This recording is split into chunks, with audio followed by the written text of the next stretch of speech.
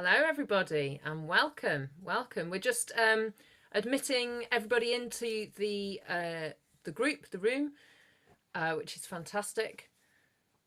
I'm going to spotlight myself for a minute. I'm going to claim all the glory for just a minute. I'm going to be hosting this evening's panel event, which I'm very honoured to be invited to do so by Arcturix. So thank you very much. In just a moment, I'm going to introduce our panelists to you, and then we're going to get started. So I'll just let everybody find their way into the Zoom room. Let's have a look. Good evening, everybody. Thank you for joining us. So just get settled. That's the beauty, isn't it? That we didn't all have to schlep out somewhere. That you can, you could be in the bath watching this. In your most comfy pajamas or whatnot. So thank you very much for joining us in whatever state of dress you're in. So I'm just going to wait for the nod from the back office team who are going to give me the nod that there's no one else in the waiting room. Thank you so much. If you want to use the chat, everybody's muted for now, apart from our panelists, obviously. We are going to get started in just a tick. So please do say hi, where you're from, and perhaps, I don't know, what you're interested in. We're going to be taking some questions from the audience. We've received some already via RSVPs, for which I'm very grateful. Thank you. Honestly, I don't think we're going to get through them all. The panelists and I were discussing earlier how good the questions are, and therefore how excited we are that we get to speak to this many interested and engaged people in one evening. So apologies if we don't get to your question, but I'll do my best to get through most of them. I would imagine that some of them will be answered in the course of our conversation anyway. And if you do have questions for the panel that you didn't submit in advance that come up in the course of thinking about this and hearing the panelists speak, please do use the chat function in the Zoom meeting. But just so the questions don't get lost in amongst other chat, perhaps wait until the end. And when I invite you to submit your questions, then please do type them into the chat function, the chat box at the bottom of the Zoom. Okay, so I think I make it 1936 on my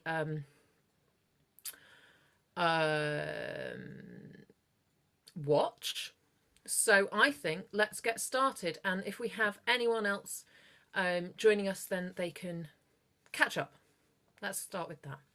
Okay, so officially, thank you very much for joining us on behalf of Arcturix, and thank you to our fantastic panelists. We've got 4 amazing speakers this evening who are going to be sharing, I think, lively, frank, and thought-provoking discussion with us all.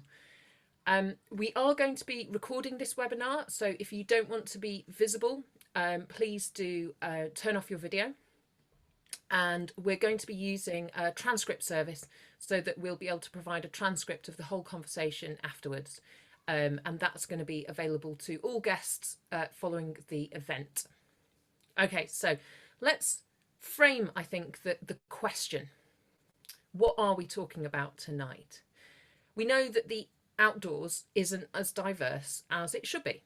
So this event isn't specifically about discussing the details of that problem, because we pretty much know what that is. This is about transforming talk into action. So what does positive personal action look like? What solutions do we need to build together? I think we also pretty much know that conversations about race, religion, disability, gender, sex can be anxiety inducing and painful for all sides of some of those conversations. And these are issues that go beyond the individual. They're systemic or institutional issues. They're about bias and inequality that have very real world consequences. They're not just about personal prejudice, it's about the effect of collective bias. But nonetheless, there are actions that individuals can make within those systems, individuals like you and me, to make things better, to be part of the change. So that's what this event is. It's about answering that question. As a lover of the outdoors, as someone engaged with the outdoors, what can I do? How do I change things for the better? How do I make sure, perhaps as well, that I'm not part of the problem, that I'm part of the solution? So as I said, we're going to speak for about an hour. I'm going to introduce the panelists now, and then we'll have time for questions afterwards. And hopefully together we'll also be able to create a document of collective and individual action that are the priorities for us.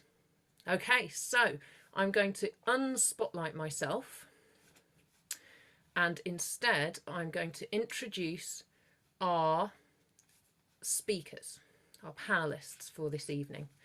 So first of all, we have Marcus Brown from Black Trail Runners, Haroon Mota from Muslim Hikers, Francesca Turauskis from Seize Your Adventure, and Amira Patel, or Amira the Wanderlust, who set up the Wanderlust Women.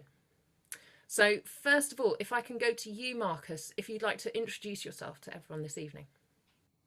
Hi, Marianne. Thank you for the introduction, and hi to everyone that's joined us today.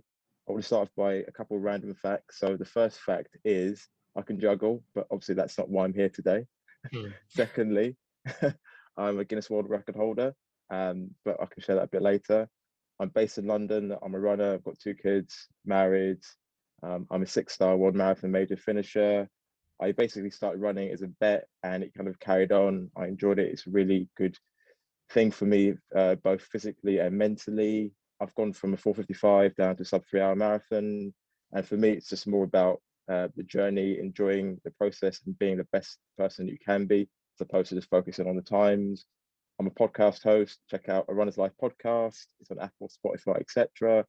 I'm a co-founder of the group called Black Trail Runners, which we set up. It's a community and campaigning group, and we are currently setting up a charity and a UK athletics run club. So check us out on our website, Black Trail Runners. And just because it's got the word black in it doesn't mean that if you're not black, you can't join. You can be an ally. It's open to everyone, everyone's invited. And ultimately, I'm here, I'm committed to increasing inclusion, participation, and representation of people of color so they can feel welcome in outdoor spaces. So the final takeaway that I want to give in this presentation is that it's not really about me telling you about my experiences of racial abuse. It's more about what can you do in your local communities to make a positive impact for diversity and inclusion. Brilliant. Thank you, Marcus. Haroon, would you like to introduce yourself? Hi guys, very happy to be here this evening. I'll introduce myself by giving a bit of context and background to my personal journey, and I'll talk a bit later about what I'm doing now. But my outdoor journey started nearly 20 years ago. What once initially started off with a bit of hiking for leisure and exercise eventually took a bit more purpose about 15 years ago. Strangely, this actually happened on a mountain. 2007, I was in my final year of university, hiking down Mount Snowdon. Back then, surprisingly, or maybe not surprisingly, I would never ever bump into anyone on a mountain that looked like me. You do a lot more now, but back then, I would never bump into anyone that's brown, never bump into anyone that's a Muslim on a mountain.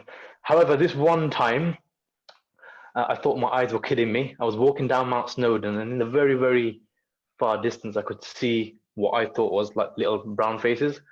And I honestly thought my eyes were kidding me because I'd been hiking for years, but this had never happened. As I descended and as this group kind of got a bit higher, I realized that actually these are small brown faces with color on their heads. Strangely, it turned out to be Muslim women with hijabs on their heads. And I got really excited, not in a weird way, but seeing Muslim women on a mountain, something just didn't quite seem right. So I spoke to the group and I realized that these were a group of ladies hiking for a Muslim charity. And it really intrigued me, but I asked myself a question that day: why is it that I've been hiking for so many years and why is it taking me so long to bump into someone that looks like me? So I made myself somewhat a vow that day that I wanted to be part of a movement or part of a solution to try and help inspire and empower more people to get outside. So at that time, I joined the charity movement, volunteering for the charity Islamic Relief, and I started getting involved in charity hiking. I trekked to Mount Everest Base Camp and hiked in Peru, undertook many UK treks, but more so started volunteering for the charity to help encourage more Muslim folk to get involved in hiking. I did that for about 10 years. And then 5 years ago, I took an opportunity to work in fundraising full time. And this is my full-time job now at the humanitarian charity Penny Appeal, where I head their challenge events program. So in my daily job, I'm organizing treks, marathon running, cycling, international high altitude expeditions. And because we're a Muslim charity, majority of our supporters are from the Muslim communities, predominantly, but not exclusively. So I do a lot of work encouraging people from ethnic minority communities from the Muslim background to get outside and get active. Last year, as part of a personal fundraising endeavor, I decided to set myself the challenge to run 260 kilometers in the month of Ramadan while fasting. I managed to raise over £50,000, and the story kind of went quite viral. And Arc'teryx actually contacted me asking me if I'd be interested in joining them as a community ambassador. And I said yes. That's one of the reasons why I'm here today. But it also gave me the confidence and the impulse to use my platform to do more. And that's why I very recently set up Muslim Hikers, basically with the purpose of connecting the Muslim and ethnic minority communities, and more so just to try and inspire and empower our people to get outside. And you'll get to hear a bit more about what I'm doing, what I have planned, and some of the solutions throughout the session today. That's me. Brilliant. Thank you so much, Haroon. Okay, Francesca. Hello. Hi. Sorry, I've got a little thing that's just popped up on my screen there. So yes, my name is Francesca. You usually refer to me as Fran, and I run a podcast called Seize Your Adventure, which is a bit of a clever pun because it's actually a podcast that is about people with epilepsy that are in the outdoor space. So you may have guessed it, but I do have epilepsy myself. I was diagnosed in 2015, so just coming up to my 6-year anniversary, in fact, since my diagnosis.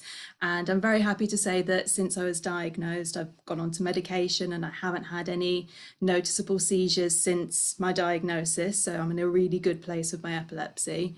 And after my diagnosis, when I was about 2 years seizure free, I decided that I was confident enough to go and walk the Camino de Santiago.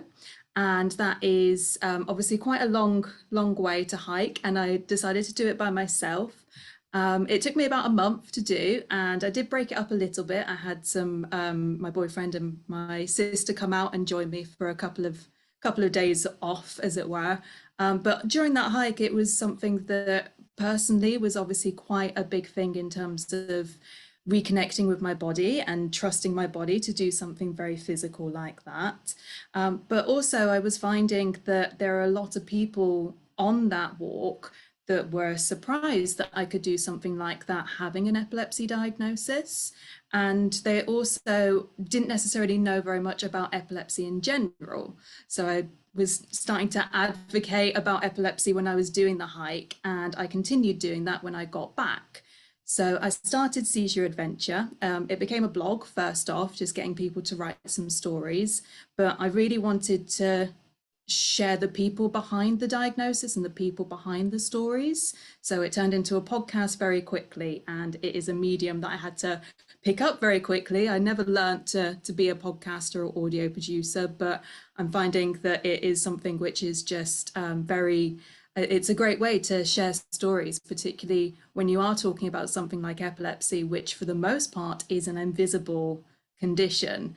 So I have been working in that space, specifically trying to share narratives of people with epilepsy, but I'm here today in a kind of dual role because as well as trying to represent my own community, I obviously have quite a lot of privileges within the outdoor space as well.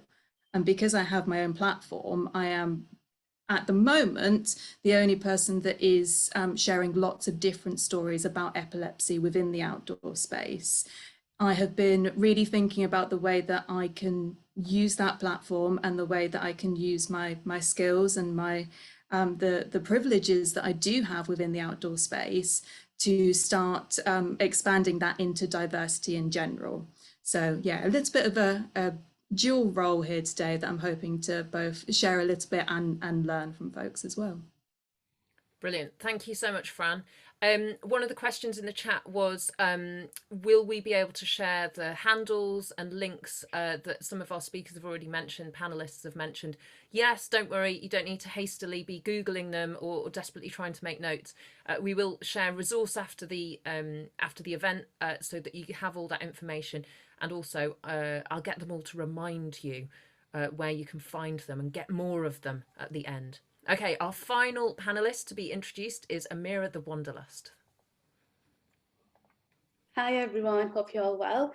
And thank you, Marianne, for that. So I'm Amira. People know me as Amira the Wanderlust, and I'm the founder of the Wanderlust Women, which I started about a year ago. So my journey into hiking wasn't as glam as it seems. My first hike was when my mother dragged me, like she was like, "You're coming," and it was the worst experience ever. I cried all the way up. It was literally like a small hill. It wasn't even a massive mountain, and I hated it. But then when I got to the top and we were at the summit, and it just was so beautiful that I really, really enjoyed it. And I was like, all right, I love this. And then I started venturing out with my mom and doing different things. And whilst I was doing that, I noticed that the groups that we joined or any of the meetups that we had, we were the only sort of Muslim women or a person of color in that group doing these activities. And it made me think that why can I not see many other people like me? So in like my sort of late teens, I started venturing out more, doing a lot of extra traveling, exploring. And once doing that, I realized I had a passion of meeting people and trying to change the way people see Muslim women. And that's when it came to me that I do want to set up something. So I set up the Wanderlust Women, which is a group, adventure group and a hiking group, which is targeted for Muslim women from all backgrounds, but it's open to everyone. And my sort of main concern that I want to do is break down any stereotypes and misconceptions that people have of Muslim women, because there is a lot of negativity that we do have within the media with the veil, hijab, and all these things are always negative. And I'm trying to change those to make people aware that we're just normal people doing normal activities, and try not to be singled out from what everyone enjoys doing in the outdoors. As a Muslim myself, we we connect to God in all ways that we can, and one of the beautiful ways that we connect to God is through nature, and that's something that I really I want to share with the group I have now, that no matter what you're going through, if you've got any, it's not just you're going out for a walk, but it's your mental health, your physical health, communicating with other women, and just helping those people from those communities where they feel like they've got a safe space to be. And yeah, it's been over a year now, and we've had so many good opportunities come about, and I'm looking forward to what's to come in the future. Fantastic, thank you so much. I am going to add, oh, didn't mean to just add myself, narcissistic, hold on.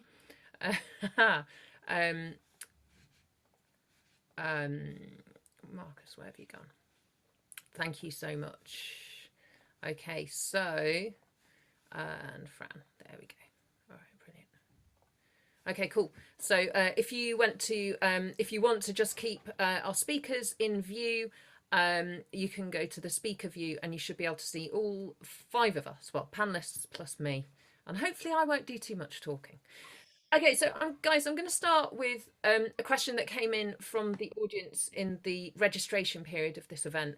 And it's quite a provocative question, and we're not going to focus the whole event on this because we don't want to just set the current context, but I think it's probably quite useful to be honest about where we're at. So Muhammad D says, is the outdoor sector institutionally racist? And I'm going to add institutionally ableist, transphobic, and generally prejudiced against people who are not the majority. Who wants to go first? I'm going to go first. I'm going to say yes, it is, because all of our society has the collective bias and prejudice pretty much woven into the fabric of society. And so the outdoors isn't any different. How would your experiences be? Let's go to you first, Marcus. What do you think? Yeah, I agree. I mean, it is institutionally racist.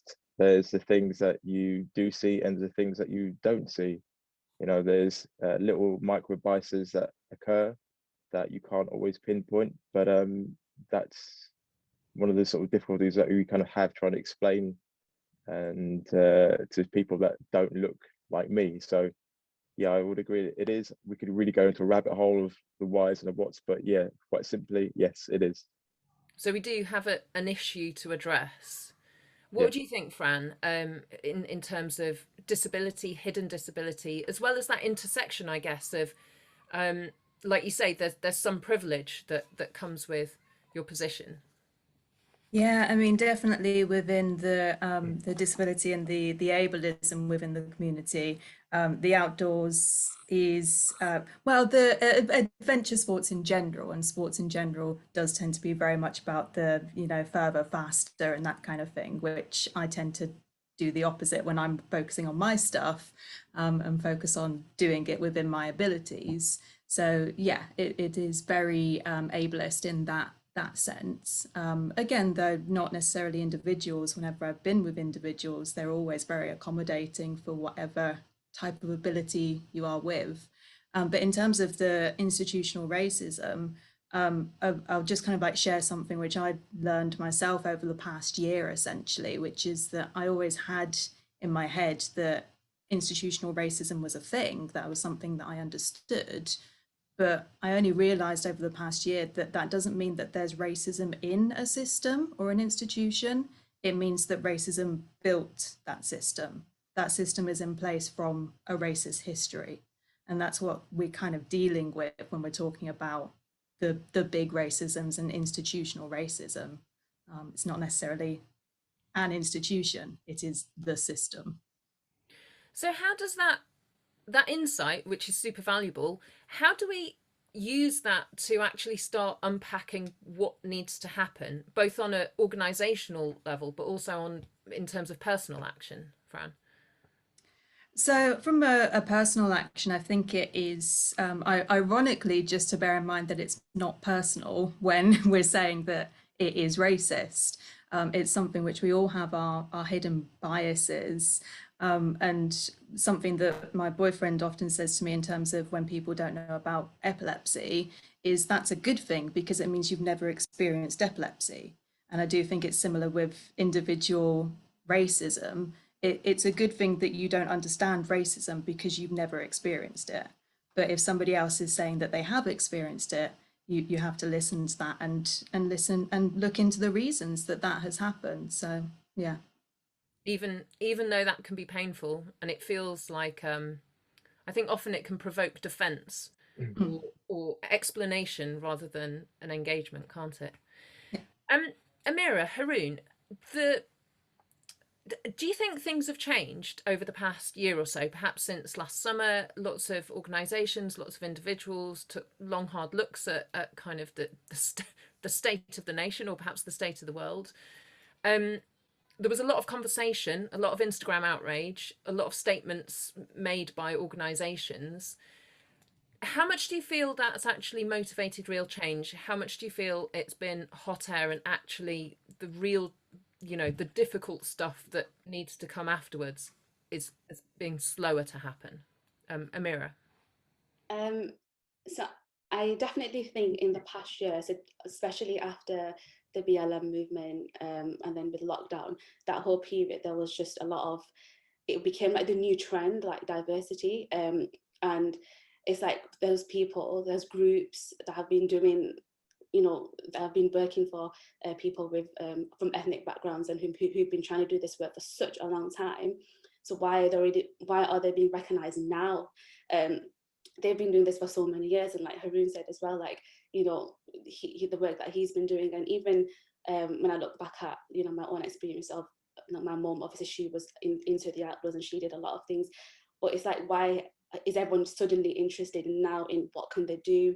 Are they actually doing it because it's the new thing, or are people wanting to actually make a change? And it's like, all of a sudden now you become like like a target. So you're just sort of being, you know, selected, and can you do this, and we want you to speak here, and oh, we'd love to have you. And it's like, it can be quite overwhelming, because, you know, first of all, it's like, excuse me, I've been doing this for such a long time, and now you recognize me. Or it can be sort of, are you using me in terms of, you know, for your own benefit? So I think definitely, you know, there are positive changes, which is very good, and, you know, people are getting recognized, and, you know, groups like mine and Haroon's and Marcus's are getting recognized like they should be. But then there's that thing where you feel like, you know, you don't just want to be the hot topic of the year, because, you know, it's all about diversity. Does that resonate for you, Haroon, that diversity is the flavour of the month? Very much so. I mean, there's so much noise about diversity right now, and I guess I was somewhat alien to this in the past. I mean, let me be clear. I mean, despite the fact that, you know, there's a distinct lack of people who look like me, when I've been outdoors, I've never ever felt at all out of space. I know people will say otherwise, but personally, I've always felt very, very welcome. I'm on the opposite extreme, where I feel totally welcome. Everybody says hello to me, and I say hello to everybody, and I love that about the outdoors. However, I speak to many individuals, many groups, who will say the total opposite, that they do feel alienated, they do feel unwelcomed, and they do have the threat of, you know, standing out and, you know, being susceptible to racism and prejudice. And in the last year, whilst we've been speaking more about diversity and the importance of it, it's also provoked the minority communities who are racist, and that's really opened my eyes. I think it really is a problem, and I didn't see it before, but now that people are standing up for BLM, it's also maybe amplifying the voice of the racism that does exist, and we're seeing it more now. We put a social media post out about this session, for example, and there's always people out there to say, what are you talking about? The outdoors isn't racist. You guys go and trek. We're not stopping you, etc., etc. You know, it is kind of creating, I guess it's creating or highlighting the importance for raising awareness. Definitely, it's good to see positive change, but so much more to be done. There's a question that's come in from the audience. Keith McIntosh. He's conscious that he's male, able, white, relatively well off compared to some, and has various other positions of potential privilege and leadership. Is he allowed to speak on this? Who can speak? Marcus, what do you think? Yeah, everyone's allowed to speak in it. I mean, it's not for me to say that he can't speak, but what he can't do is tell me how I feel, or, you know, diminish like how my lived experience is. It's always frustrating when you tell someone this is my lived experience. They're like, well, we're not stopping you. Well, we're not asking you that. I'm just asking you to appreciate this is my lived experience, and as a good human, you should respect that. But too often it's quite easy to be like, oh, I can do it. Well, you should do it. And I think that people forget, especially in that position, the frame of reference. So, for example, in my podcast, I spoke to a guy called Chris Mosier, and he was the first transgender athlete that represents America. And I asked him this basic question: what was it like transitioning from, on the surface, from a white male, from a white woman to a white male? And just the biases that he experienced, I mean, from the differences, it's such a different world. And unfortunately, that position doesn't always get what it's like for other people to be in, because you grow up, regardless of whether you're rich or poor, from seeing a wider frame of reference. You know, more things are open to you. Even if you're poor, you might see a white person that's still doing X, Y, and Z. Whereas if you're, you know, from a different sort of race, you might not have that in your frame of reference. Your family might not have that frame of reference, so you don't think it's possible for you. For example, for me, running, I didn't, you know, my family didn't encourage running. They were just like, you need to go and get your education and, you know, get a job. And that was their version of success. It wasn't joining a running club. It wasn't playing sports. So for the person that asked the question, I'm sorry if I forget your name, I would just say, like, you just have to appreciate that your frame of reference is a lot wider than other people, and you have to kind of not shrink yourself, but allow yourself to be open-minded to accept a different frame of reference, a different truth. Thank you. Let's talk about language, because that is one of the things that makes people most nervous, that they don't want to say the wrong thing. They know there are wrong things that they could say. So let's unpack that a little bit. What language would you say is or is not okay for people to use if they're talking to you? I know that sounds like a wordy old question. Fran, is there a set of terms that you use, or people with, for example, epilepsy are happy to use talking about themselves that you wouldn't want, say, I to use? Yeah, so it tends to be changing quite a lot with epilepsy as well, because it's quite a complicated condition and the doctors keep renaming things. So even the people with the condition do tend to either use older terms and that kind of thing. But one of the things that I always say, and it does help that it is an invisible condition with this, you're always going to be following what the person with the condition uses. So sometimes for me, that actually leads to a space where I'm using something that personally I'm a little bit uncomfortable with. For example, the word seizure is the more accepted term for when you're having a seizure, but the word fit, a lot of people still use it for themselves. And interestingly, the NHS and 999 use the word fit when you are phoning up to say that somebody's having a seizure. They'll say, are they fitting? And I actually phoned up 999 once for somebody else, and having someone say this down the phone to me, are they fitting? It's actually quite jarring to me, but that's the official term that they use. So it's very difficult to get the right terminology. There is official terminology, and I would say if you are worried about talking about something, go for that official terminology. So go for what NHS says, go for what Epilepsy Action says, go for the terminology that is on the website of the group that you're speaking to, and just kind of like do that research specifically if you're going to speak to someone about it. But otherwise, for the most part, let the person you're speaking to lead that conversation, because they will bring up the way that they want to be referred to if they're happy to be referred to, be referring to themselves in that way, as it were.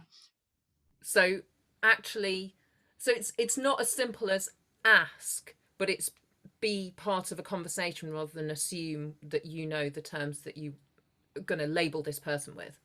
Yeah, absolutely, because it kind of depends on how much you need to be talking about it as well. Because if you bump into me on a hike and we're just kind of like passing on the hike, I'm not necessarily going to go into, okay, so this is the terminology for this type of seizure, this is what you say if you phone the ambulance, this is what they'll ask you, and all of this kind of stuff.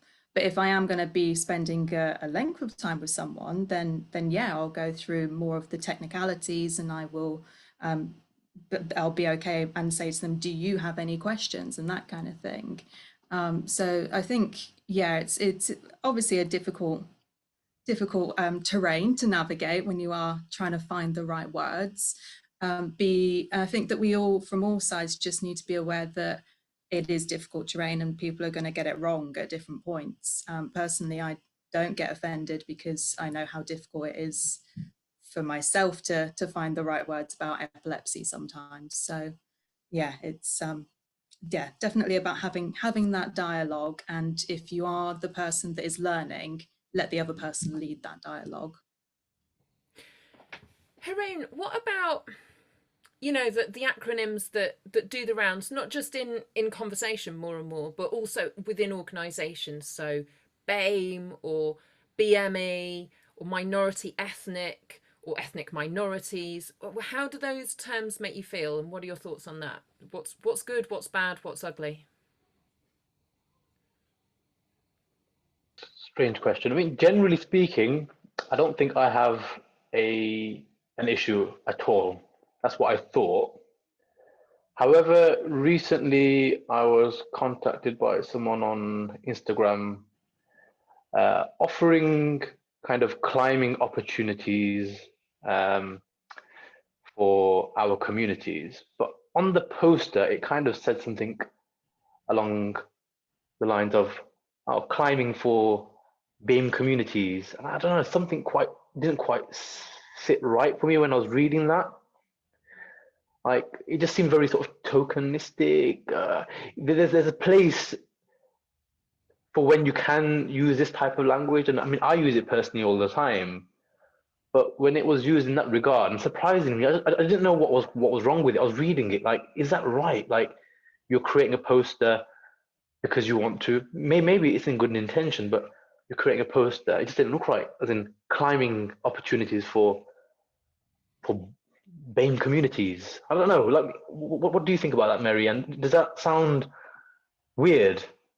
I don't know. For something didn't quite sound right for me at that time when I read it. But all my life, I've been using Black and ethnic minority communities. But seeing it on a poster, that I don't know. You're giving me a poster and it's got climbing sessions for BAME. Like, we are normal people. We want to be treated normal as well. But kind of signaling out as if we're special, but in a, I don't know. I'm finding it hard to kind of articulate my thought, but maybe you get where I'm coming from. Yeah, I do. So the group that was offering the climbing wasn't an organisation that were BAME themselves. They weren't. No, they weren't. But I wonder whether that's part of the kind of the concern, that it feels like a generous gift to the less advantaged. Yes. What would you? It kind of seemed a bit too much like, oh yeah, you're a charity case. Like, it was put on a poster. Like, yeah, it just didn't quite work for me. But I think generally speaking, these terms seem quite normal, and I use them, and they're interchangeable and transferable. But in this particular instance, I'm not sure the context was quite right. What do you think, Amira, to language, to the labels? I think I agree with Haroon. I think it depends when and where you're speaking about it and the context that you're speaking. And sometimes it can feel like, you know, your group is being singled out or divided into a separate group because, you know, you're from that ethnic minority. And I think for me personally, you know, if there's no racial slurs, you know, in regards to me, like my clothing, or, you know, the women in the group in terms of like the hijab and the veil, as long as there's no racial slurs in regards to that, then, you know, I'm, you know, happy to be called a Muslim. I'm happy to be called, you know, because I am a British Indian. So, you know, those sort of terms are fine. But if obviously someone's going to be like, oh yeah, look at those brown women, you know, with those things on their head or something along those lines, that can then turn into a bit of a racial slur. So I think it's the context that you're speaking in. And obviously, if people are reaching out to you and they are making out that, oh, because you're from, you know, an ethnic background, we want to help you. And sometimes it can look like you feel like you're a charity case. So I think there is importance in terms of wording and how you're portraying what situation you're in. Marcus, I don't know if you'd agree with this, but I feel like I've noticed since summer 2020 and the kind of the very visible rise of the Black Lives Matter movement, that in the UK we're using more and more terms that were more familiar in the US. So people of colour, POC, or BIPOC, Black and Indigenous people of colour. And some of those terms are kind of being transplanted to the UK. Do you think that makes a difference? Is it useful? Is it just adding more acronyms to an already pretty saturated and confusing landscape? Yeah, I think if I just sort of take it a couple of steps back, I mean, I think the reason why we've got acronyms there is just to help identify something, because obviously identity is important to people and we want to be seen. So some people don't feel seen, which is why we have them. But I think it can create a lot of problems, like you say. So, for example, in Black Tri Runners, we worked with one of our partners, and we asked specifically in the races that they had to put the ethnicity data on. And then we had like the American terms. So then we had all our British runners saying, well, I don't really identify as African American or Native American. And then we end up putting ourselves in another box, and then it creates more problems. And I even put this into Google the other day, and I said like, oh, this is what came up: 12 diversity and inclusion terms that you need to know. And I'm like, need? I mean, that's a strong word. I mean, it just creates so much more problems. And I think we can get so stuck in just the language and overcomplicate it. And it's just a really simple truth that we just need to just do the right actions. We need to treat people with respect. We need to listen to people. We need to be mindful of other people's lived experiences. And I understand why we have it, but it does create a lot more hassle, I find. One of the messages on the chat that's getting a lot of love from fellow audience members, Frit Tam says, I think the issue with BAME is that non-BAME, i.e. white, is framed as the starting reference. Then everyone other than non-white ends up lumped together in such a broad group, which is a big mix of different cultural and lived experiences. So it's a term that might be convenient for politics, but it hasn't been created from the perspective of people from marginalised communities. I think that pretty much sums it up for me. Would we agree? Yeah. Yep. Okay. Well done, everyone.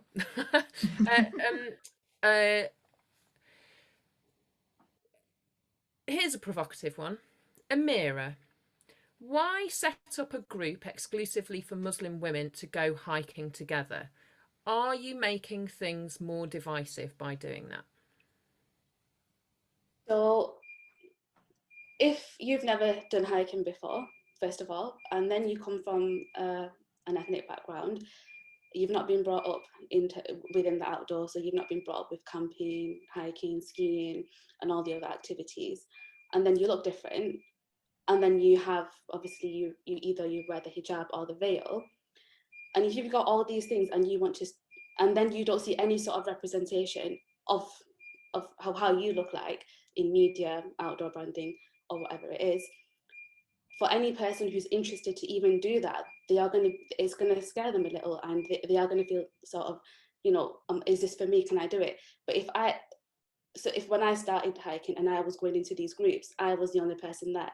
So if I wanted to stop to do prayers, if I wanted to just do something, or, like something simple as adjust my hijab or anything like that, where I would feel comfortable, I thought to myself, okay, imagine this was a group of Muslim women, all of us doing the same things together. And that's when I realized that there are so many Muslim women that want to do these activities, but they're just a bit taken aback because it's not what they see.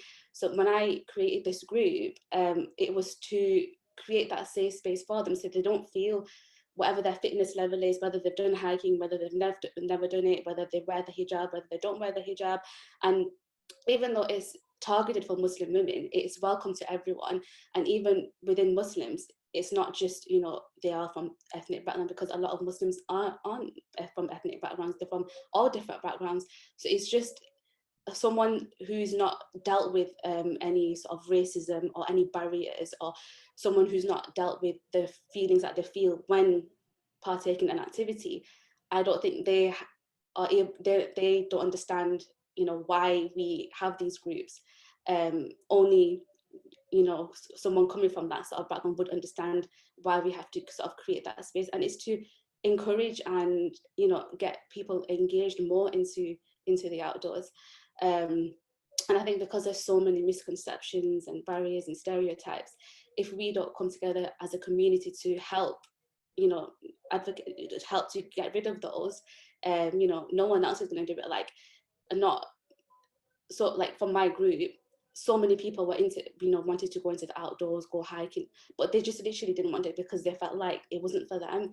But now, because they found a group and they feel safe and comfortable in that group, they're partaking in those activities. Feeling comfortable, having shared experience, that is important, isn't it, Fran? Yeah, definitely. And I don't think that you necessarily know what you're missing until you find it in that kind of situation as well. Because for myself, certainly, I went and walked the Camino solo and that kind of thing. I do quite like doing solo activities. Part of that is that I can go at my own pace and I can keep an eye on how my body is. I can do check-ins with myself and that kind of thing.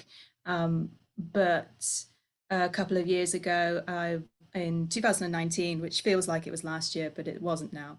I actually was setting myself a bit of a challenge to do some more adventure activities that I'd never tried before. One of the ones that I did do was to hike at high altitude. So obviously high altitude is quite a lot of physical pressure and stress on your body, and there are quite a lot of things that happen in terms of the neurological side of things and headaches and all of that kind of stuff. And there is absolutely no literature and no kind of like science out there in terms of how that would affect someone with epilepsy. So I was trying to find people that had already hiked at altitude to speak to them. I was trying to kind of like figure out myself how I was feeling when I went, kind of like when I was doing the hiking. And in the end, I ended up doing a very, only just high altitude. It was about 4,000 meters. And I went to Colorado and went with a group called Outdoor Mindset. And they are a group that is specifically for people with neurological challenges. So that's things like epilepsy, stroke, MS, and all of this kind of thing, that even though they're obviously different conditions, there are shared aspects to them because they are neurological. And when I was hiking with that group, when I was in this brand new situation, I was the only person that was like a flatlander. It's the first time that I was that high up and all of this kind of thing. I was getting advice from everyone about making sure that I'm drinking enough and making sure that I'm getting enough of my electrolytes and all of this kind of thing, that you can obviously get that from people that don't have epilepsy. That is similar advice that you would get, but to be in that group with other people who just get it, who have that shared experience. And there was a lot of comfort in the fact that if I were to have a seizure, if that was going to be too much stress on my body and cause me a seizure, I was surrounded by people that would understand and they would know what to do. And when you explain it to people about that side of things, I think that it's something that people can kind of like understand quite clearly, that, oh, you have the shared experience of epilepsy, or you have the shared experience of a condition. Of course, you're going to find comfort in being around people. And so I find it very confusing when there is any kind of contention about different kind of demographics having their own comfortable space, essentially. Yeah, it just feels like a natural thing. You're going to want spaces that are safe. What are your thoughts on this, Haroon and Marcus? I mean, is it that, Marcus, for example, you're a runner and you're black. I mean, do you have to run with black runners, or does one identity conflict with the other? Is there something about safety or shared experience that makes one experience different to the other? Thank you for highlighting that fact. I didn't realize it until you put it out, but thank you. You're welcome. Here for you. No, bad jokes aside. Your other things as well, I'm yeah, sure. A juggler. I know. Juggler, for example. So, like, for example, when I did the World Marathon 6 Stars series, when a reflection, I looked back at my photos and the groups I made and the friends I made, and I was like, man, I'm practically the only black guy here. You know, it's kind of ridiculous. But then I didn't really think about it at the time. But then people say like the same argument, like, you know, you can go and do it yourself and blah, blah, blah. And I did. And for me, it wasn't really a problem. I didn't really see being black and being a runner as an actual two separate things. I didn't worry about my safety. I just thought, oh, my friend's doing it. Why can I not do it? But then I've got to be mindful that there's people out there that don't feel the same. We've got to appreciate, like, even in this country, there's people that live in their cities that have never left their cities. There's people that haven't got passports, have never left the country. So that is their way of life. They've got so many sort of cultural pressures as well. So just because I experienced life in a certain way doesn't mean that I can't respect other people. And, you know, when we look at things like Ahmaud Arbery, what happened there, we all saw what happened in the film, and that was so triggering for so many people. And yeah, a lot of people will come out sort of saying, because I'm black, this is what I do to run, and like I wear brightly colored clothes and all that kind of stuff. And up to it, you know, I think to a certain point, I probably try and do that to a certain extent, to try to, when I'm running, to try and show that I'm a runner. You know, I'm not going to be running in a black hoodie. You know, I'm going to be wearing kind of clothes that are running clothes, so people sort of think, ah, there's a runner. but I don't necessarily feel unsafe. But like I said, I'm making the point again that there's people that do feel unsafe, and we have to listen to those people. And this is why we have groups like Black Trail Runners, is to create a safe space that people can feel confident. And then hopefully beyond, further down the line, we can there's a little bit more integration, and we can, feel comfortable running together. It's a question of equity. It's that age-old question, isn't it, Haroon, between equality of opportunity means that everyone should have a go and there are no barriers, everyone should just get on with doing what they want to enjoy, and equity, which is actually addressing the imbalances in the playing field from the start. Would you say, Haroon? Yeah, I think it's important to kind of recognize like both the equality. I mean, there is a root problem here. I mean, when I started mountaineering, for example, I was very quickly labeled the Muslim marathon man, sorry, the Muslim mountain man. And then later, when I started running marathons, I was very quickly and easily labeled the Muslim marathon man. Why is it that I'm so easily labeled? I think there's a there's in the lack of representation is that big that just because I'm doing something like running or mountaineering, it is so abnormal within our communities that I'm getting that label. Now, you were asking a short while ago, does creating a Muslim group or a Black runners group, is it divisive? No, it's not. We do need that safety, and because there's so little people,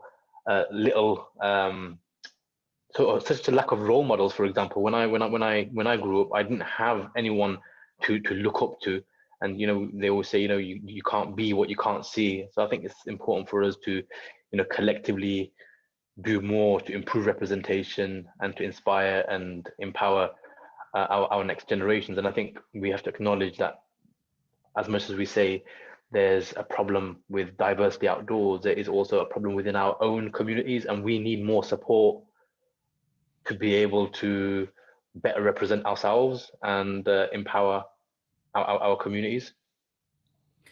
Amira, what do you think on that? So the statement that everybody should be able to enjoy the outdoors, embrace the power of the outdoors, benefit from it, everyone's in agreement with, but how do we collectively, or you specifically, or I specifically, how do we enable more people to feel comfortable or have the opportunities to start their journey into enjoying and exploring the outdoors? I think it's similar to what Haroon said. It's, what you see is, that's what you can get inspired by. And if we're not seeing enough representation from backgrounds like ours, the people from our communities, they, not going to have anyone to look up to. So if for myself, for a lot of the activities that I do partake in, I've never seen anyone wearing a veil do these activities. So I'm hoping that whatever I can do, I can encourage other Muslim girls who cover to, make them be aware that you are able to do all these activities. Don't feel restricted. Don't feel like you're not able to do something because you look a bit different to everyone. And I feel like it's really important that we have these groups like Muslim hikers and the Wanderlust women and so many other groups that we do have, because it's small little communities coming together for a bigger picture to help and to get that representation, not just for people but for brands, for the national parks, and everyone who's on the bigger side of the outdoors, they can get a sort of insight into that as well, and they are seeing, look, these guys are doing the work, and what can we do now to help? If we're not going to put ourselves out there, how are people going to reach out to us in terms of what we're doing? So specifically with regards to organisations and brands, I'm going to open this to all of you, so whoever has thoughts and speak up, please do.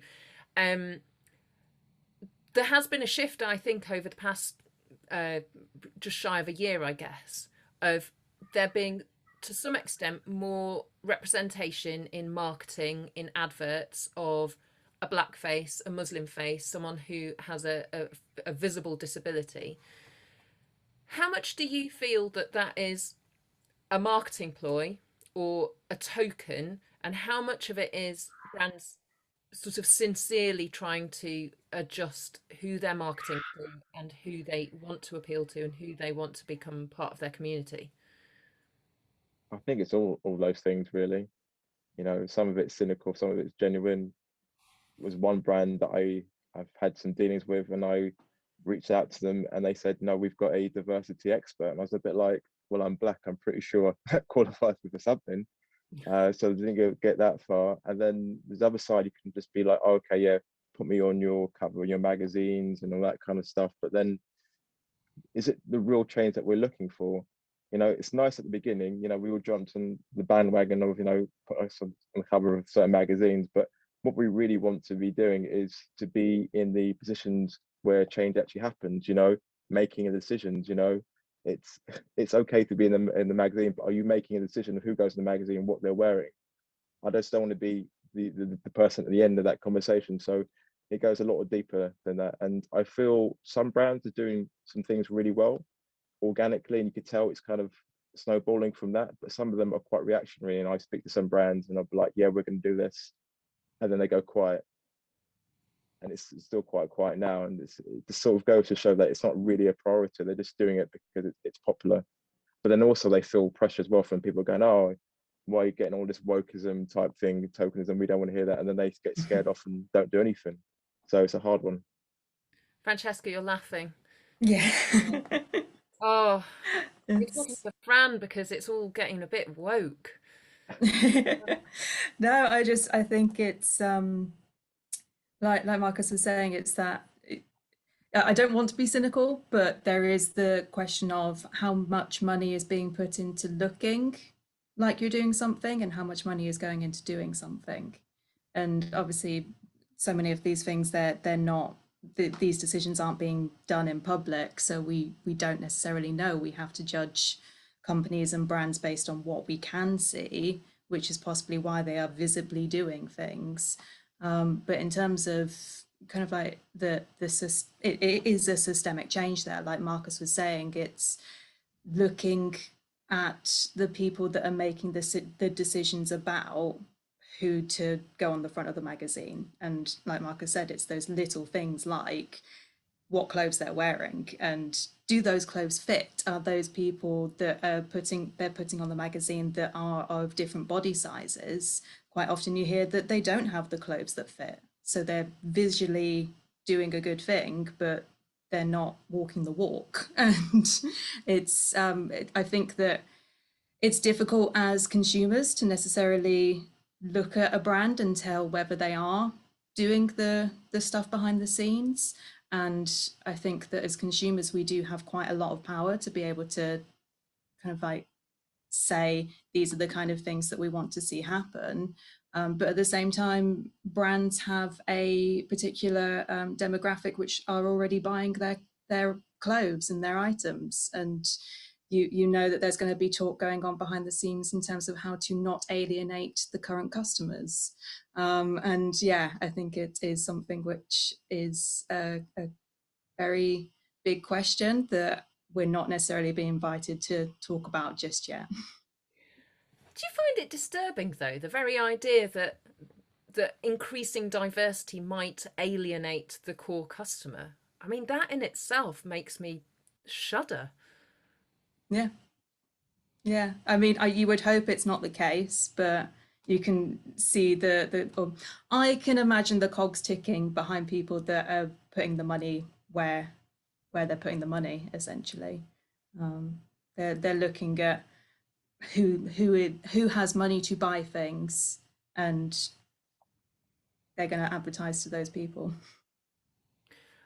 Amira, I was speaking with someone who also works in diversifying the outdoors, and she said one of the things that often frustrates her is that so this is Sherelle Harding, who runs Steppers UK.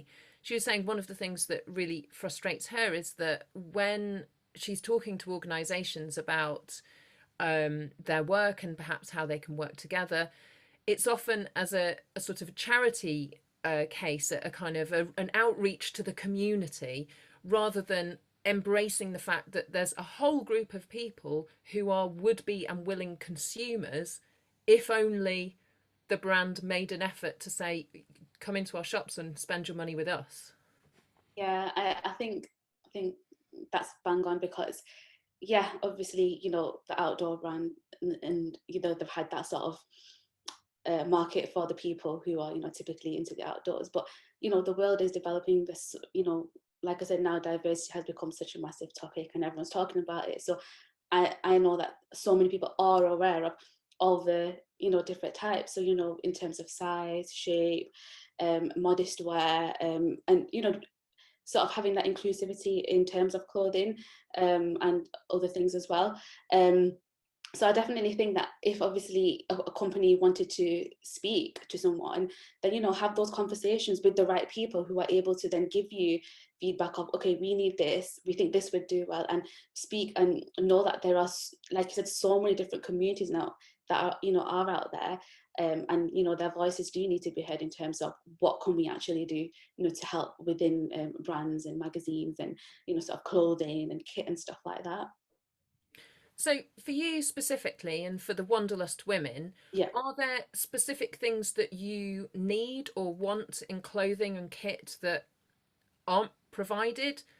What are the things for you? I mean, if this was your kind of 2-minute pitch of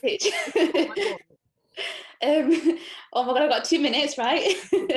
Right. So I think because so majority of the majority of the people that are in my group, they are Muslim women, and the majority do, you know, wear modest clothing, and they do wear the hijab and veil, and yeah, we can't get these type of clothing from our sort of, you know, traditional shops. But when you are hiking, when you are outdoors, you do need a specific type of clothing for it to be like breathable, rainproof, windproof, and all the other sort of necessities that you need to be with that clothing. So if there were companies who were, you know, willing to speak to people like us to create something, sports hijabs, you know, outdoor hijabs, and sort of even just, you know, clothing which would sort of be suitable for them, that would encourage so many more people to, you know, buy from the brands and appreciate that, you know, this brand is doing something, you know, that's specific to me. It's just like, you know, when people want to buy something, you know, sizes, it has to be different sizes, but in this there are, you know, different identities. So for me, it's like my veil.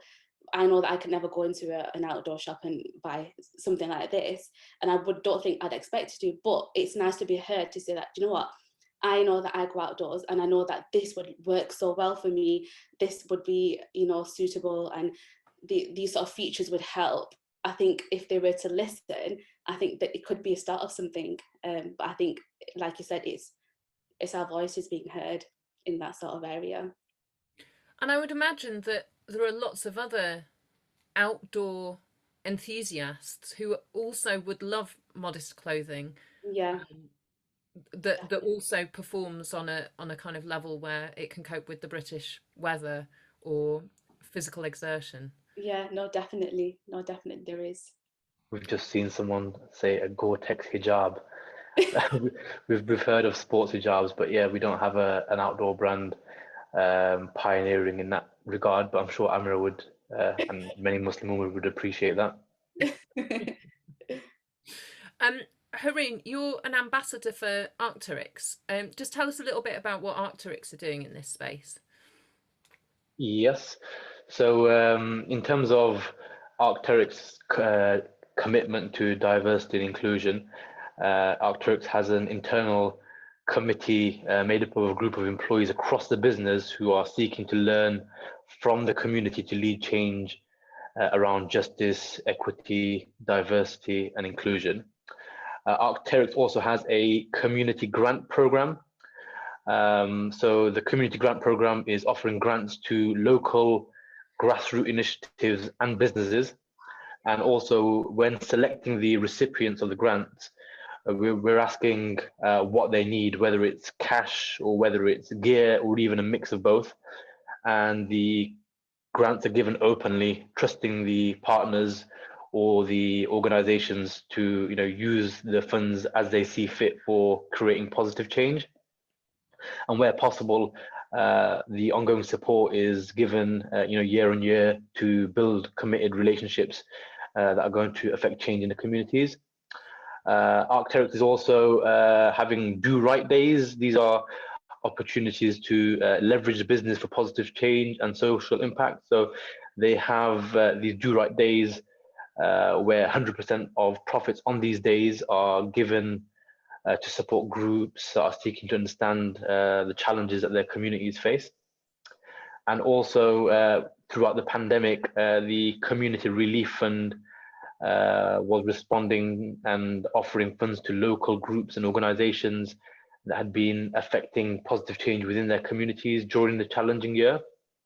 Additionally, what's really important in Arc'teryx's global effort is campaign imagery, partnerships, and also community ambassadors. So there is a global effort for better representation in marketing campaigns and content, and also the partnerships and the ambassador teams. Me being an ambassador is an example of that. So as a brand, Arc'teryx seeks to build sustainable relationships, and we're eager to ensure these actions are taken for the right reason, not just for the sake of token, as we discussed earlier. And we acknowledge there is work to be done in this regard. And our local community ambassador and partnership teams are in many ways leading this change. And Arc'teryx learns from its partners and ambassadors to support their work and to give them a platform for their voice and community.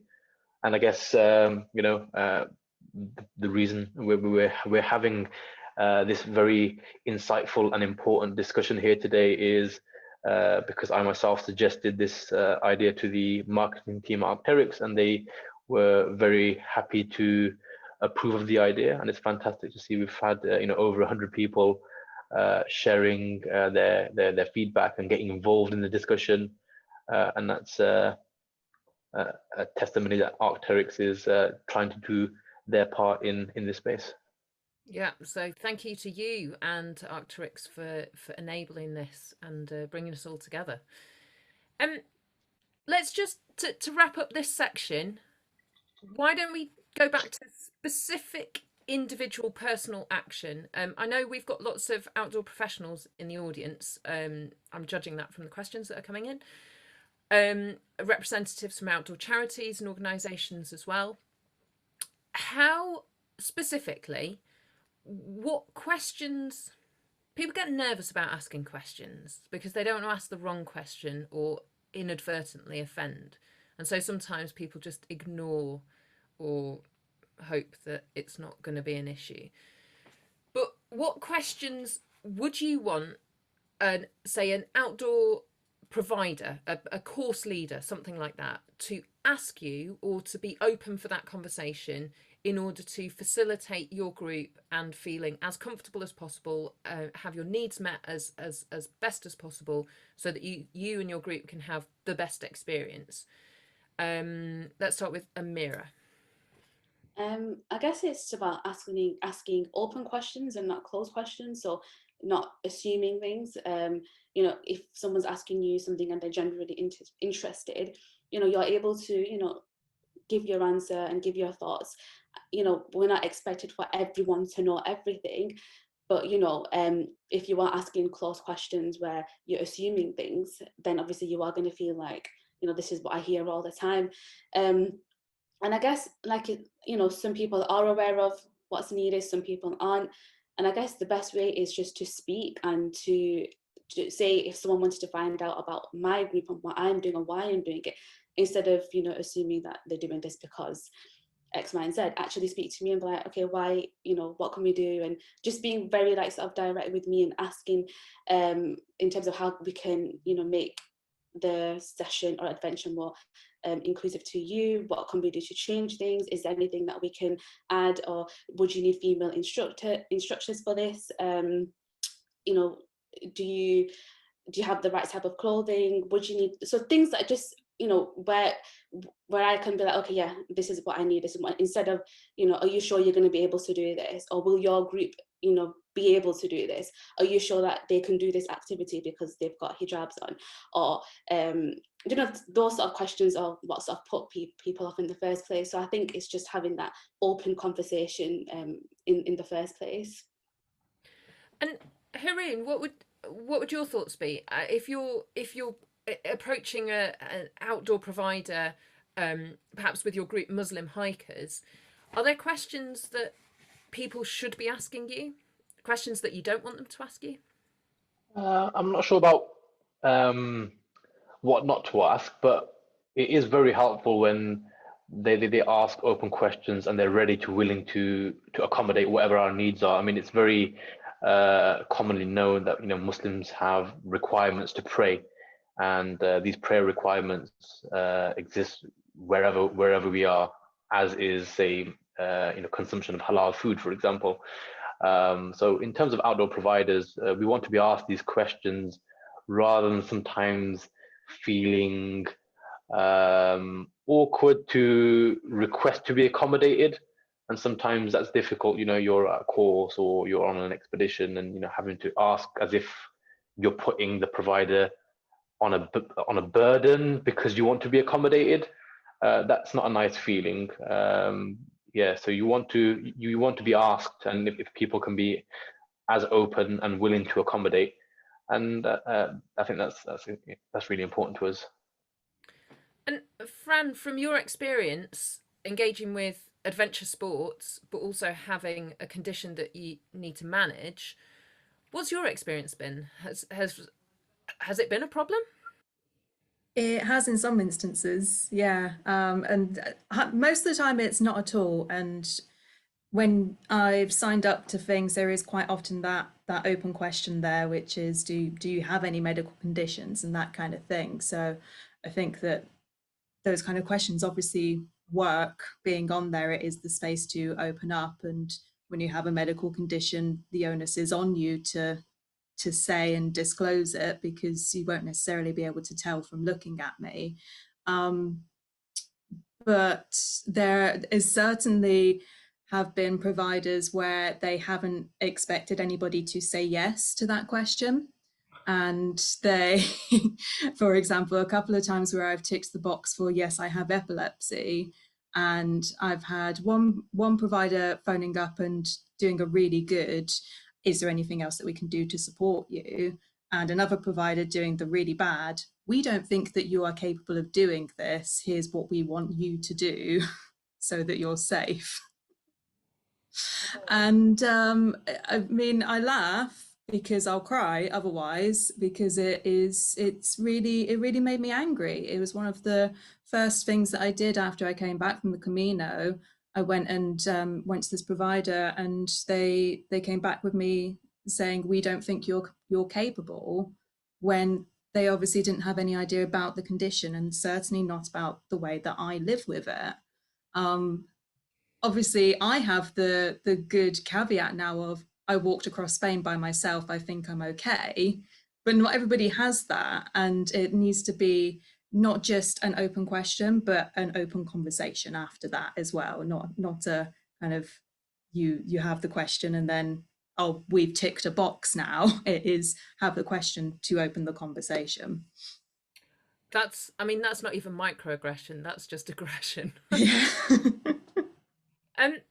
Marcus, one of the questions coming in from Catholic.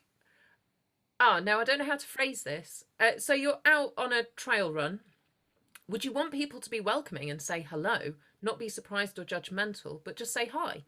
Or does that feel like people are making, I'm going to assume that this is the kind of the other bit of the question, or would you assume that people, I'm assuming kind of the white majority, are going out of their way to do the right thing?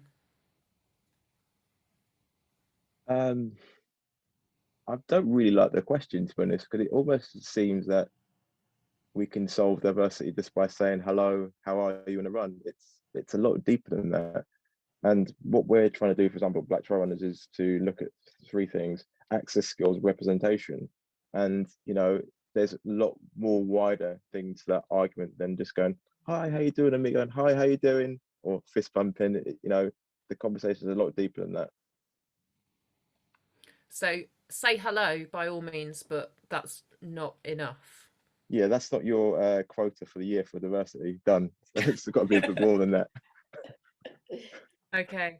I think what we should do is Just to add to that, I think yeah, the hellos and the highs and the high fives is brilliant. I absolutely love that.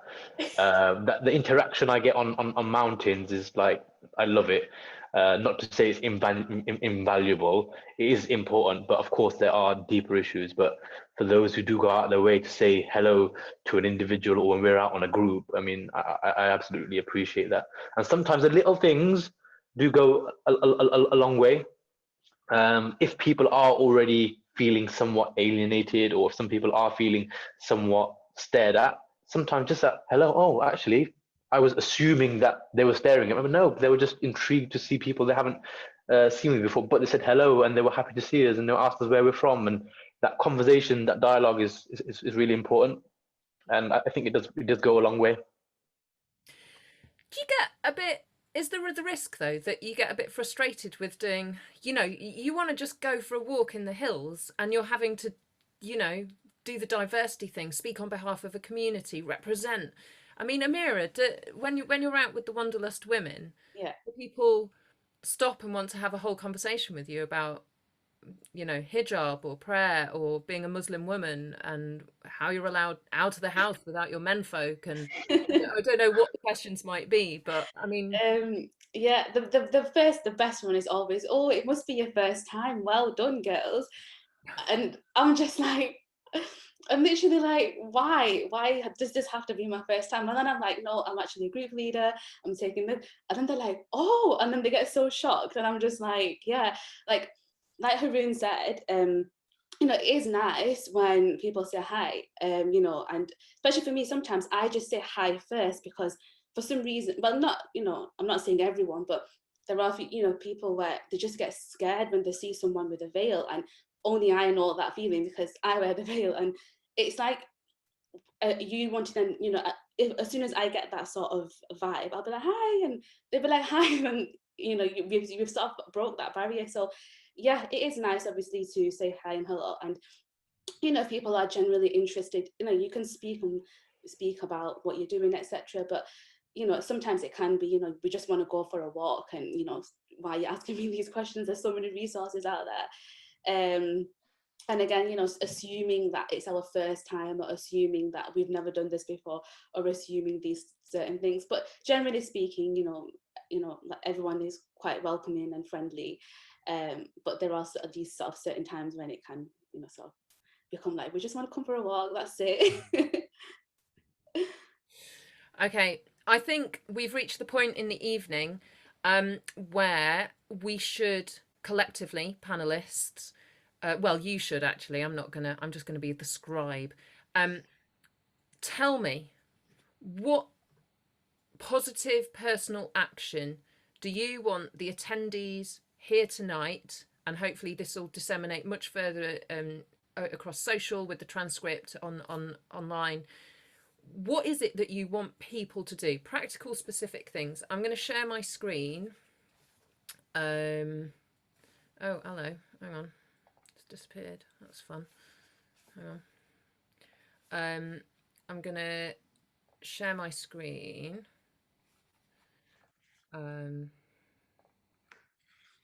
So if you guys shout out what I should put on this board, so that people have a sort of take home, you know, a poster to print out, so that they can do more than just high five folk and post black squares on Instagram. I think the first thing you've got to do is start with the individuals. And I know we can look at the wider issues of, you know, within the systems that we operate in, and those are things that are kind of outside of our control. And I think the first thing that we all have to acknowledge that we all have unconscious bias to a certain degree. And that means that we need to then basically acknowledge that, you know, our view isn't the only way to see things. And, you know, other people have lived experiences We should listen to them. And just because I'm a black runner doesn't mean that I'm the voice for all black runners. You know, we've all got different experiences.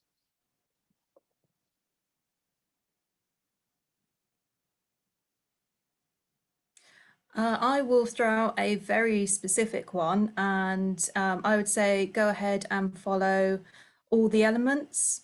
And that's a fairly new organization, and they're basically trying to pull together all of the grassroots, groups, all of the podcasts, all of the videos, and these kind of panelists and events and that kind of thing. They're trying to pull it together in a big one platform, and it's got resources on there and links out to all different organizations that are already doing the work. So if you check out All the Elements, I do have a link in my links page, which you should be able to get to via the main page for the panel there. But yeah, All the Elements is on the screen there as well, and it's just a great resource if you're trying to look for any type of diversity in the outdoors. It's already out there, so head there. I think similarly, our Shared Outdoors, many of you are probably already following them, but they're a great resource as well for their campaigning. Definitely give them a check. Yeah, second that one. I think they do really good stories on Instagram as well, and it's really good, particularly for people that are trying to be allies. It goes through things like what kind of language you might want to use and that kind of thing. I mean, I think for the language thing, it's kind of like when I speak to my kids, they basically tell me what they want. They don't beat around the bush about it. So sometimes I feel like we can overcomplicate the question and overthink it. I think the receiver will know if you're asking that question from a place of ignorance, really. And you may get it wrong, and you both have to be open-minded that, you know, there will be some sort of, maybe some conflict there, but there will be progress at some point. I think ask and not assume. So it's always good to ask and not assume.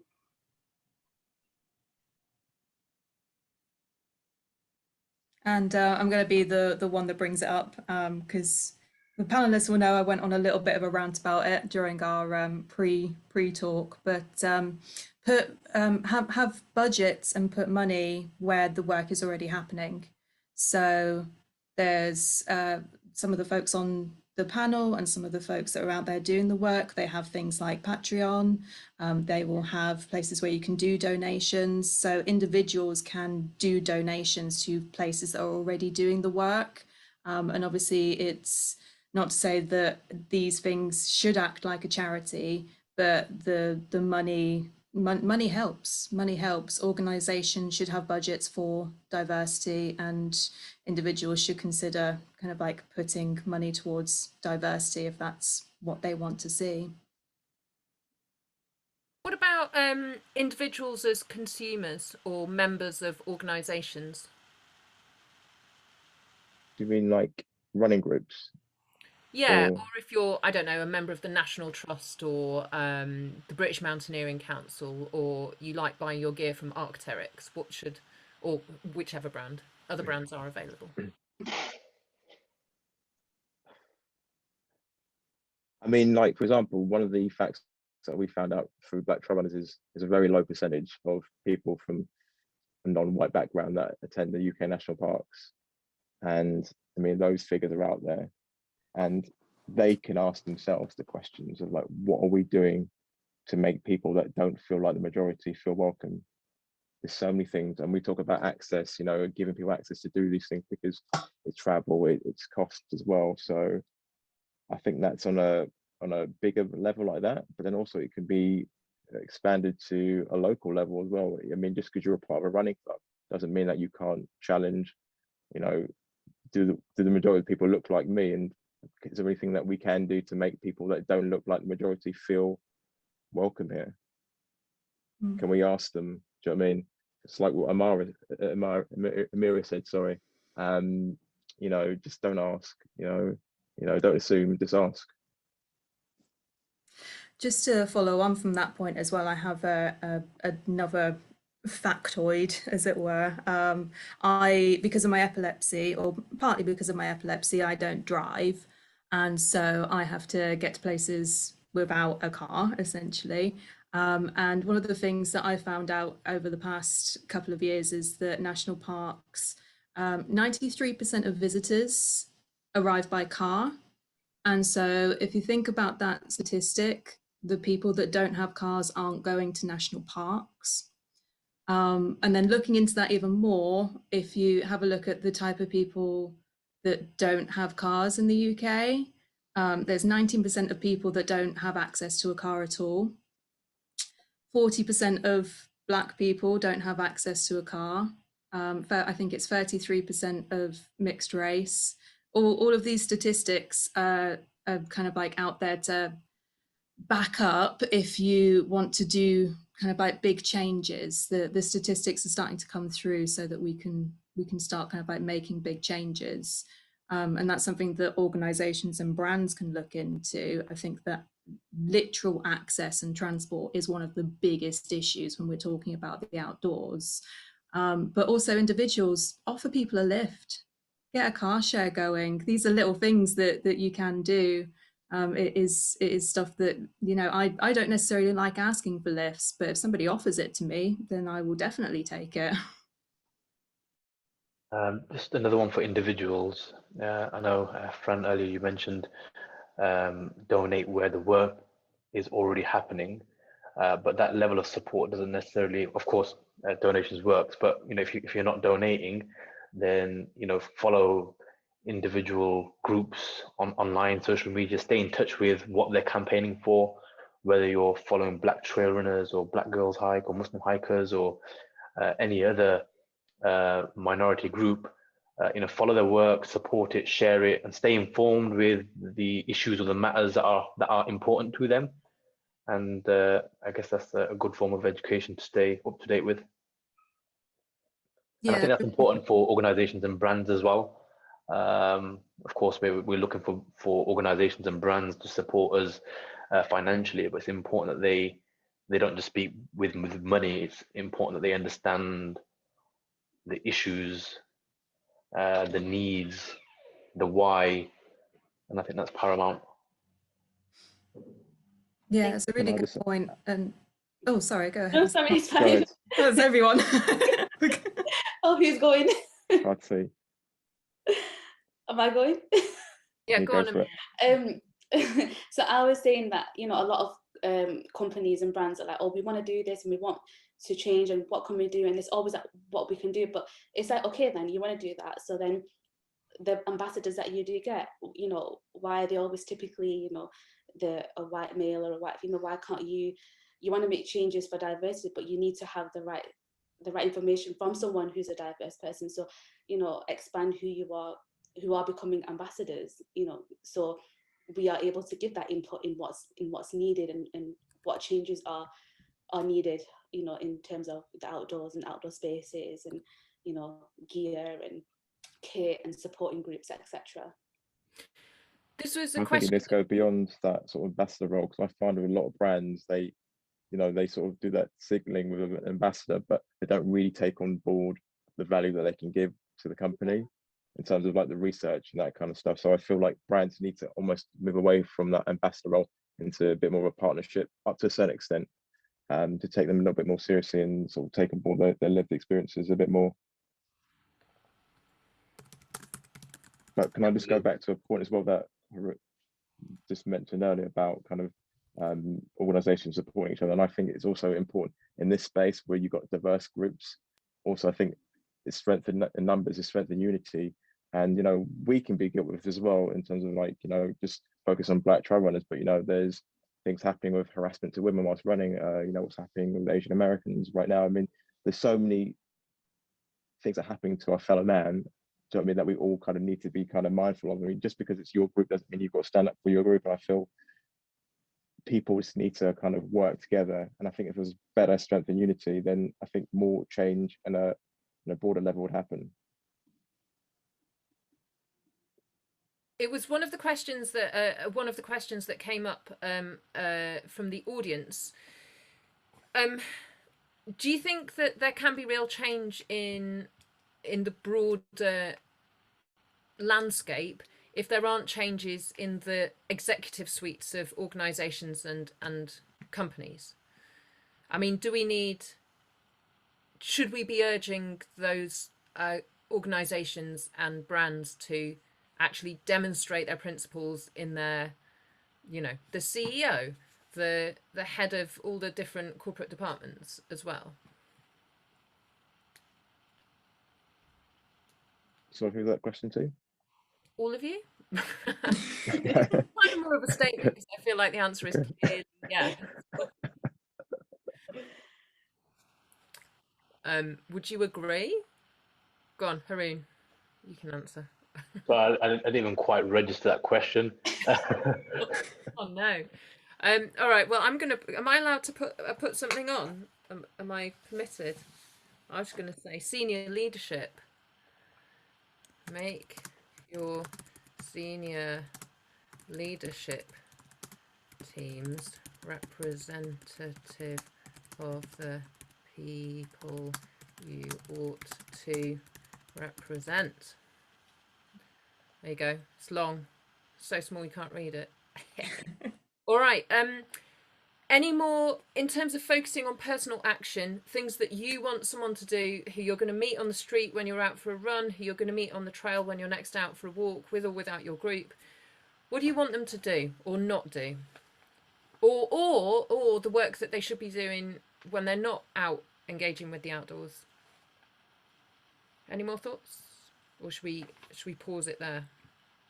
I think just don't overcomplicate it. I think we're all searching for brands and other people outside of ourselves to do things, but like as myself and my co-founders from Black Trail Runners and the panelists here have shown, that you can start with something and you can work with people and you can move forward. So whether that's speaking to people in your community, whether that's having influence in your running club, whether that's even if it's your social club or whatever, just sort of challenging those sort of things. And it goes back to what Fran was saying about, sometimes it just might be giving someone a lift somewhere. You just never know how that could really help someone who's up and coming if they haven't got access. It doesn't have to be as big, meaningful, sweeping gestures, holding a placard, Black Lives Matter in the street. You can do things quietly and discreetly and still have a big impact for your local community. And that's where you have to start. You've got to start local. Yeah, awesome. I think just to add on top of that, a thing that everyone can do when they next are able to go outside, go to the outdoors, whenever that may be, is just really be conscious of how you get there and what equipment you're putting on and the transport that you do and who you're going with. And then ask yourself if everyone has that kind of access. And if not, maybe that's where some of the issues are. It's a check your privilege sort of piece. Yeah. Oh wait, laughing. Is that something we say too much? What do you even mean? Oh. Should I write check your privilege, or what should I write, Fran? I mean, that makes sense to me. Yeah, just check in. Know your check your privilege. Covers it, doesn't it? Know the privilege. Oh, I can't even spell privilege. Privilege.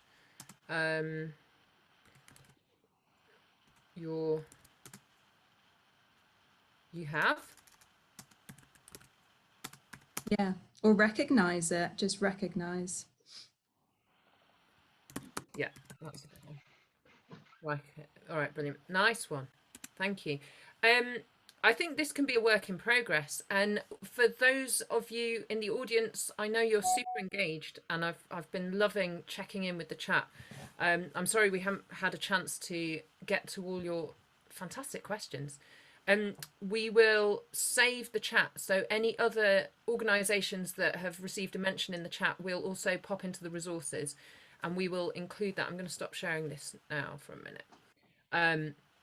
So what we're going to do is we'll share those groups in the resource document that will be mailed out to everybody who has signed up, and you can distribute that amongst your networks.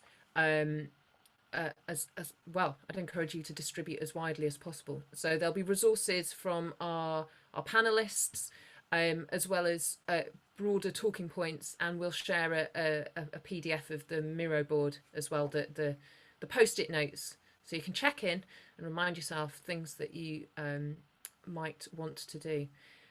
Should we finish, folks, with a final round of, if people want more of you four specifically, where should they go? Fran, let's start with you because you're next to my little window. Yeah, so the place I'm most active is on my podcast. So it's on all platforms. If you search for Seize Your Adventure, and that's YOUR Adventure, you should be able to find it there. Fantastic. Marcus?